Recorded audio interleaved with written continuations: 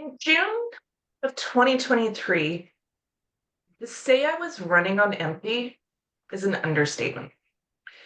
My father had just been diagnosed with terminal cancer.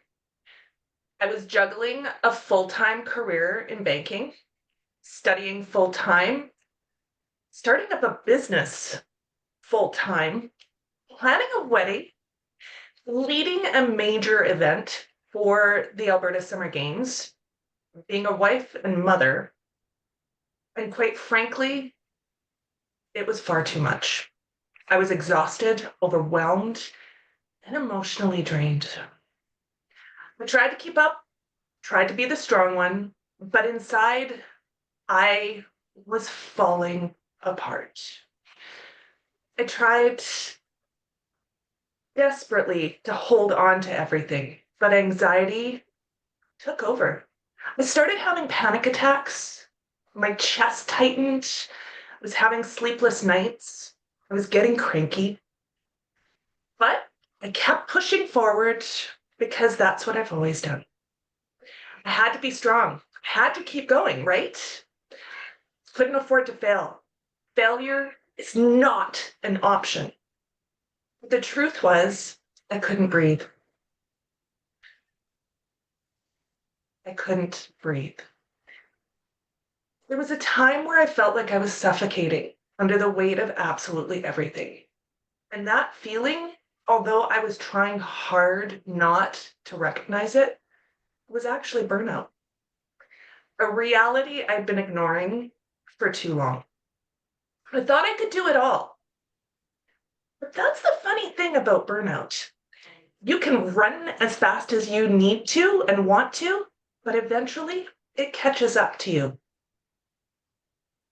And then pivotal moment came when I was sitting and talking to my dad in the hospital. He saw what I couldn't and said, "You need to see a doctor. You're not doing well." I was unraveling. So I did what I needed to do.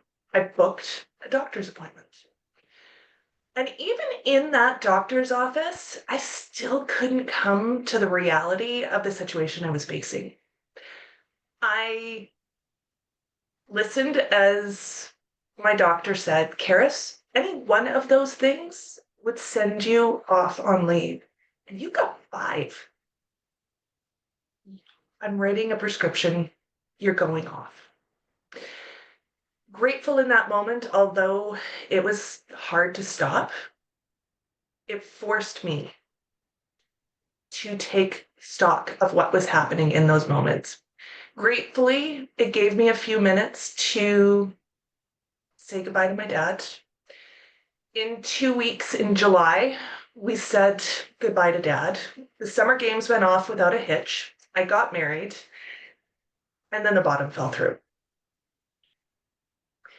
But I had the time to rest. And what I recognized was that rest isn't weakness. It is essential. It's actually the first step towards healing. In that months that followed, I had worked really hard to reclaim my mental and physical health. It was not easy. I had to take a hard look at my priorities. What am I living for? Where did I want my energy to go? What did I want to bring to the world? What truly mattered? And in those months, answers started to become clear. Had to stop letting anything and everything that drained me go. I needed to focus on what aligned with my priorities and my goals. And I needed to stop sacrificing my mental health. And with that clarity came purpose. I stopped checking off tasks, and it was more about doing work that hit me in my core. And I refused to sacrifice my family, my time with those that I loved. So in September of 2024, I took a leap of faith and I left my job in banking, my 25-year career. to focus full time as a leadership and business coach. Coaching had been a part of my life for years, and now it was more than just a job, it was my mission. Today, I get to fulfill my life's purpose and intention. I've learned to say no to things that don't honor my mission. I prioritize my health, my family. Clarity in my goals have helped me keep grounded and stop from being distracted. In the past year, I've set boundaries to protect what matters the most. I've created space to dream again, to focus and to breathe, to live in alignment. And I've discovered that living with intention isn't just a choice, it is a gift. The journey to burnout and clarity isn't easy. It requires hard work, a heck of a lot of humility, and facing some uncomfortable truths about myself. But it was the best decision that I have ever made. So I want to leave you with this. Take a moment to reflect. Ask yourself, am I truly living in alignment with my core values? Am I giving myself space to rest and recharge? And what needs to change in my life to live with purpose and fulfillment? Clarity doesn't happen overnight. It's earned. It takes bravery, it takes trust, it takes commitment and strength to say no to the things that don't serve you. When to say yes to the things that do.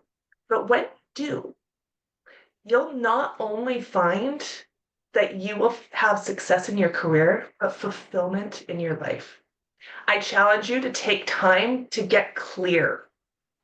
Start saying no to what doesn't matter and say yes to what does. And that will transform your life. Back to you, Toastmaster.